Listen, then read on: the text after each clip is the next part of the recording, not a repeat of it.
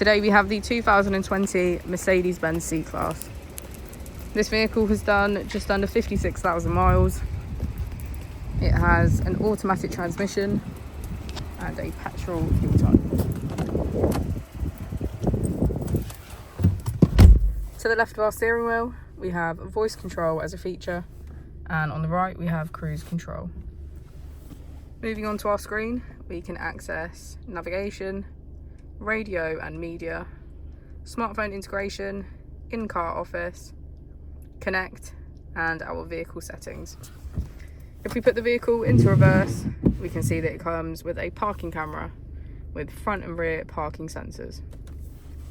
Just below we have our AC with heated seats on either side.